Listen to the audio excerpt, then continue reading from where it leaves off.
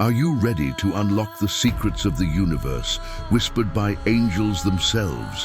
What if I told you that two men in the 16th century cracked the code to divine communication, uncovering a language so powerful it makes the most forbidden occult rituals look like child's play?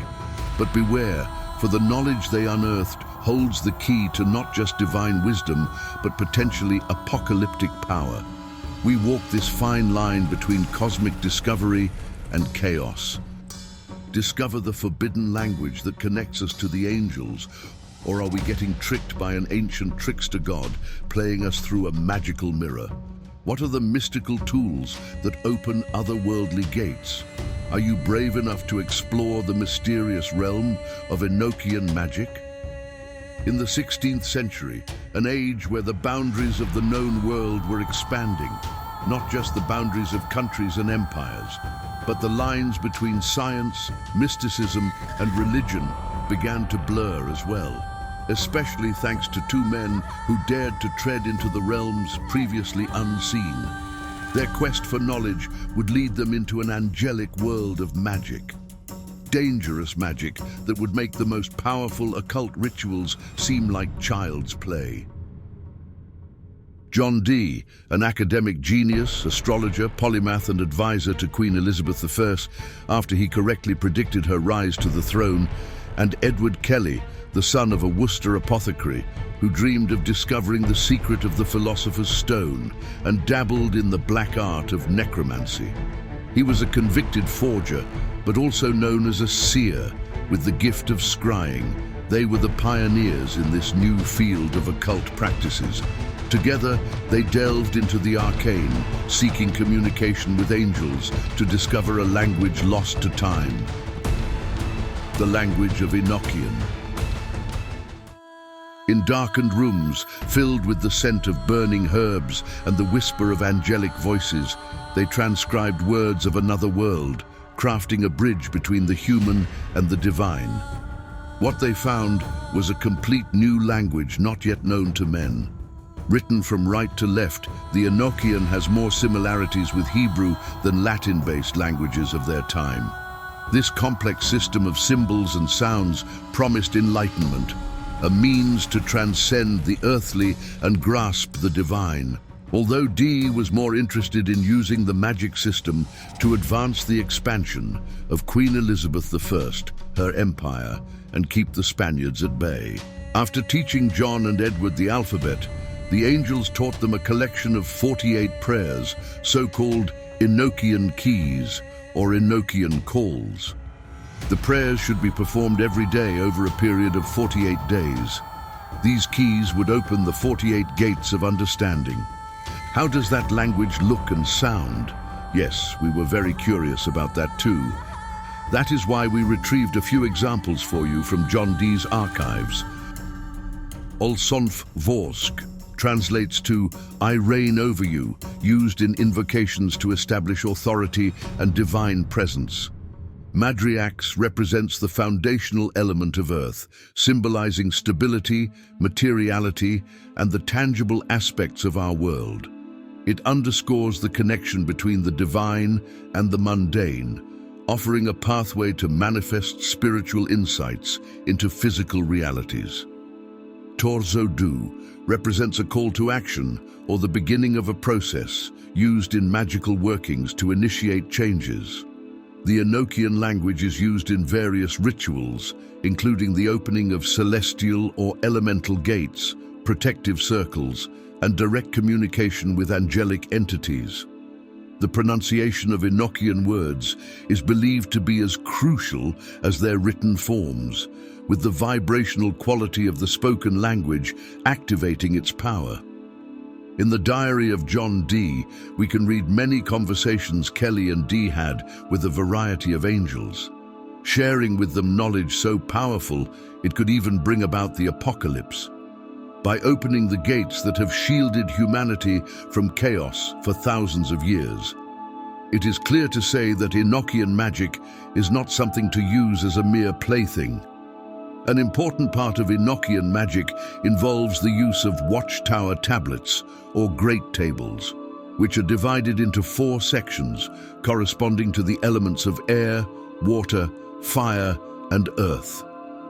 Each watchtower is inhabited by various classes of angels, including cherubic angels, associated with the fixed signs of the zodiac and the elements. Archangels, higher angelic entities governing the directional aspects of the cosmos. Elemental angels serve under the archangels, directly managing the elemental forces. These tables serve for invoking the elemental energies and are used with Enochian words and phrases. The tablets can also be used to construct elemental weapons or tools, such as the dagger of air or the cup of water, which symbolize the practitioner's mastery over the elemental forces. The tablets are also employed in rituals to open the gates to the elemental worlds, facilitating the magician's journey into these realms or inviting the beings from these realms into our world. Other tools used in Enochian magic include the various sigils, magical symbols, such as the Sigillum Dei Ameth, a wax seal inscribed with complex symbols, very powerful in evoking angels, and a magic ring and rod.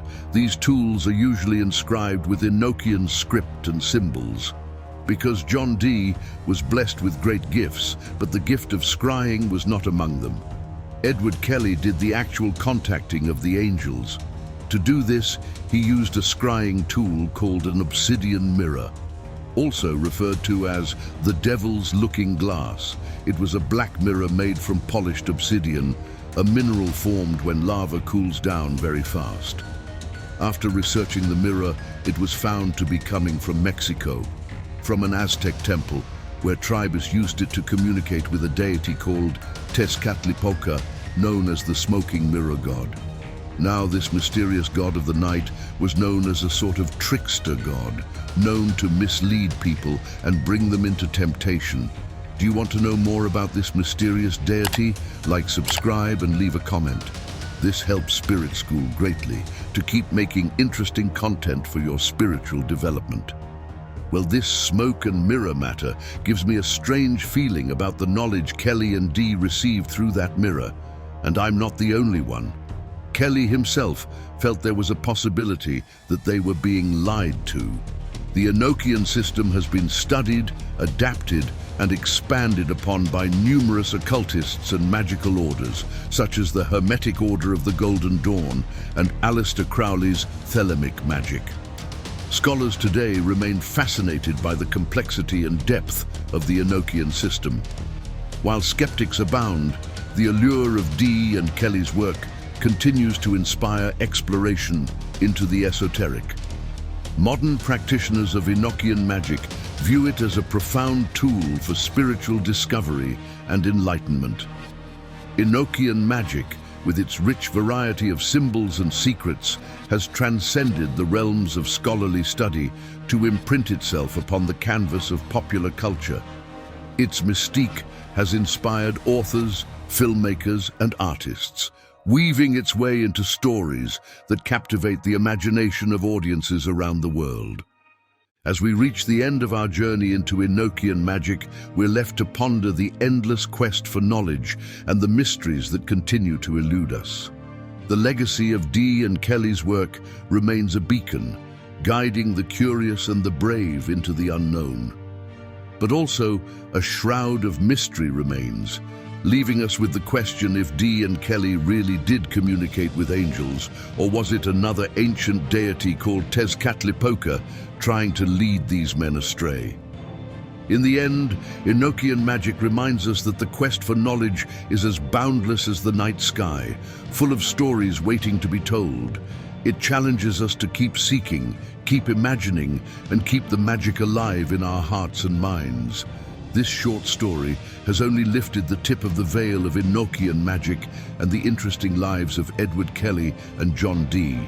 Dee's book, Monus Hieroglyphica, his sigils and symbols, as well as all the alchemical undertakings of the two, make us curious enough to explore deeper in this matter. Do you agree?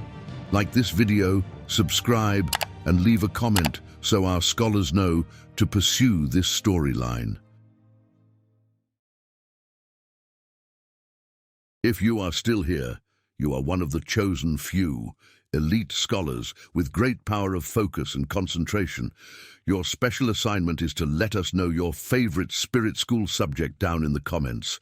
Do it swift and surely. Godspeed.